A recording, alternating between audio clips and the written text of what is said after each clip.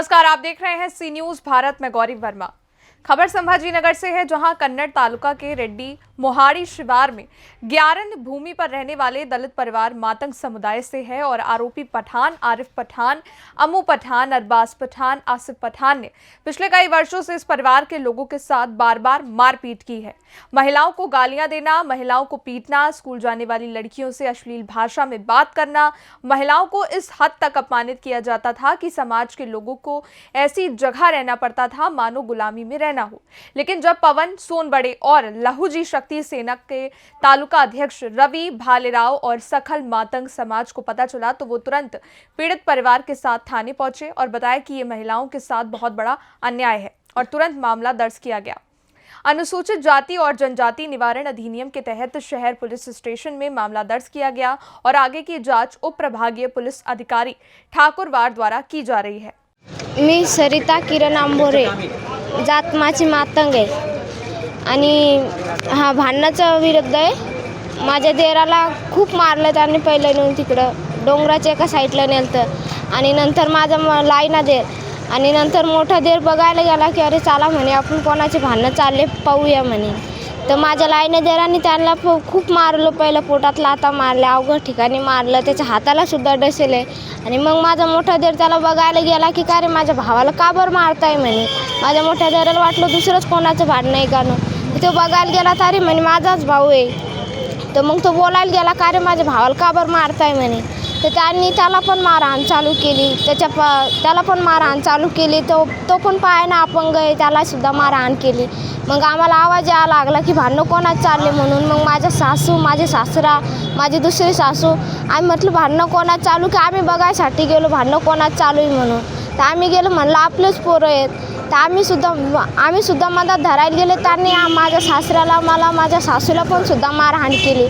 माझा सासरा सुद्धा अपंग आहे, हाताने माझ्या सासूला केस धरून मारलं, माणसाने मारलं केस धरून, पोराने सुद्धा मारलं आणि मला पण, मी माझ्या देराला धरायला गेले माझ्या देरासाठी, तर मलाही पण खाली पडून पोटात लाथा मारल्या त्यांनी।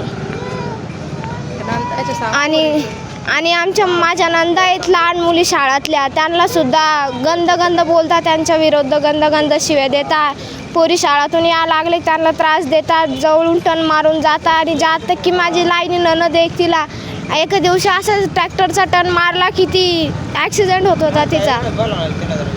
मुलीला पाहून गंदे गाणं लावता, गंदे काही विषय काढता, गंद बोलता, गाणे वाजवता, कटकुटं मारता, जात की आमची मुली 2 महिना झाले शाळेत नाही आहे, घरीच आहेत। आणि जात की आम्ही त्यांची कंप्लेंट करून पण ते आरोपी आता खुले घुमत आहेत, त्यांनी पण काही कारवाई नाही केली। आम्हाला घरपोच, माझ्या देराला, माझ्या नवऱ्याला, माझ्या मोठ्या देराला घरपोच येऊन धमक्या द्यायला लागलेत ते आणि जीव मारायच्या धमक्या द्यायला लागले। आलो मी रविवारी दिवशी मी फोन केला त्याला, मला पैसे लागू राहिले। तर त्यानं सांगितलं रविवारी मला फोनपे पैसे व्हायचे नाही, तर रविवारी ये तू, सोमवारी पैसे देत तुला। तर मी अख्खा दिवस त्याचा माग फिरलो, त्यानं काही पैसे दिले नाही। तर 7 वाजता मी ती गाडी घरी नेली तर त्यानं सांगितलं बोले गाड़ी किसको पूछ के लेगा, बोले चोरी किस लिए मुझे को फंसाता, बोले तूने मेरे को पूछा नहीं गाड़ी कैसे लेगा बोले। तो म्हणलं मा पैसे देईन गाडी नाही म्हणलं तू। हां तर हे सारे झाले टांडी घेऊन मारायला। त्याच्यामध्ये ते पोरगा होतं ना मा मित्र, ते दिवसभर संघ होतं। तर त्यांचे पहिले झगडे झाले तर ते मला सोडून दिला, त्यालाच मारलं। त्याच्यामध्ये मग ते पोलीस स्टेशनमध्ये आले आणि त्याच्यानंतर मला मारलं त्यांनी। त्याच्याकडे 20,000 रुपये बाकी होते, मला त्यांना दांड्यात मारलं। कोणी मारलं? कोणी मारलं? नाव सांग। आरिफ पठाण। प्रथमतः जयलवजी,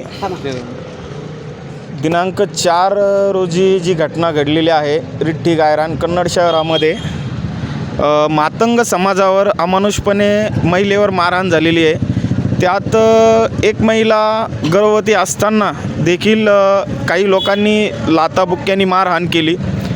त्याच्याही नंतर त्यांच्या इथं 2 लहान मुली असताना त्या शाळेत जातात, शाळेत जाता येतं त्यांना गावगुंड त्रास देत आहे आम्ही बघून घेऊ, आम्ही हे करून घेऊ, तुम्ही ठाण्यात कसे जातात आम्ही बघू गुन्हा.